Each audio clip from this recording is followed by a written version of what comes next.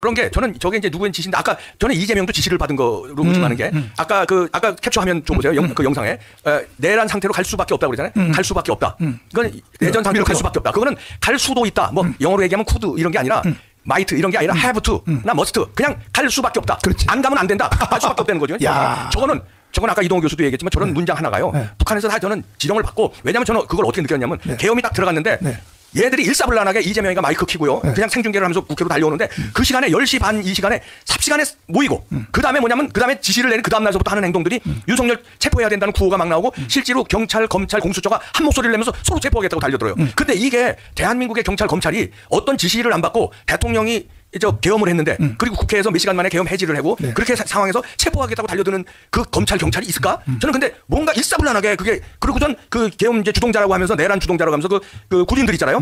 사령관들이 뭐고 일사불란하게 직무정지가 들어가고 일사불란하게 체포가 들어갑니다. 그게 하루 이틀 사이에 다 들어가요. 근데 그게 사령탑이 없고 이게 자발적으로들 경찰 검찰이 그렇게 움직이냐? 저는 그걸 의심해요. 뭔가 사령탑이 있어서 이재명도 움직이고 경찰도 움직이고 검찰도 움직이고 공수처도 움직인다. 누구의 명령하에서 저렇게 일사불란하게 그리고 그걸 또 일사불란하게 인터뷰를 조작하잖아요. 그 사령관들이라는 그 똥별들이 아니 뭐 거짓말들 하는 게 그 다음 날 뒤집어지는데 일사불란하게 또 거짓말을 하고 뭐 유튜브에 나가고 그다음에 707 단장은 저 기자회견을 하고 이게 하루 이틀 사이에 야 이건 뭔가 총체적인 어떤 지휘에 의해서 이게 사인이 탁탁탁 들어가서 들어가는 거 아닌가. 계엄도 그렇게 못했어요. 계엄을 하고자 하는 팀이 원래 그렇게 해야 되는 거거든요. 그렇죠. 일사불란하게 국민은 이렇게 장악하고 언론을 이렇게 장악하고 근데 그 로드맵이 나와야 되는데 그게 아니라 계엄을 하는 팀은 어설프게 했고 반대로 계엄을 얻어맞은 체포당해야 할 조직들이 일사불란하고 여기에 경찰과 검찰 군이 일사불란하게 움직였다. 그거는 아까 얘기한 이재명이 얘기한 내전 상태로 갈 수밖에 없다는 어디선가 사인이 들어왔지 않았나. 그건 북한 아니겠습니까? 이동호 교수님. 잠깐만요. 이동호 교수님. 이번에 이걸 트랙터에 한번요.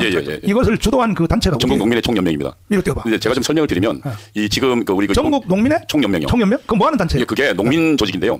공산혁명에서 두 주력군이 있습니다. 하나는 민주노총 노동자고요. 하나는 농민입니다.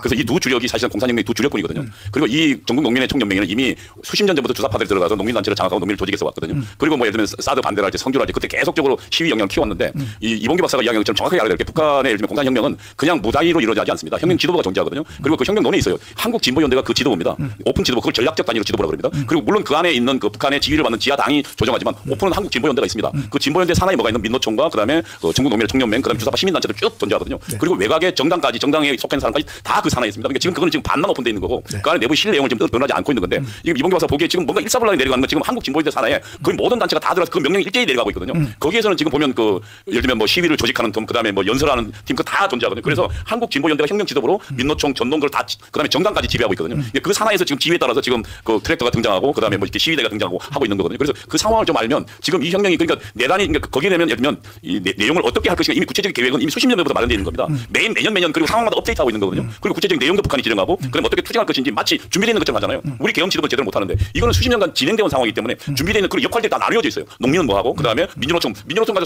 사실은 미리 총파업을 했잖아요. 12월 5일 날 총파업한다는 얘기는 뭐냐면은 노동자가 총파업하면 직장이 안 나가잖아요. 그럼 어디에 동원합니까? 시위에 동원합니다. 그래서 12월 5일 날 거기에 맞춰놓고 총파업을 다 이미 그 민주노총의 주력군들은 다 총파업을 했거든요. 그리고 지금 농민들은 농봉기 상황입니다. 얼마든지 조직이 동원할 수 있거든요. 이렇게 해서 지금 그 12월 7일 날 여의도 등장했고 그다음에 14일 등장했는데 문제는 광화문에 밀린다고 있는 자, 역시 빨갱이를 해봐가지고 알기는 잘하네. 내가 보니까. 근데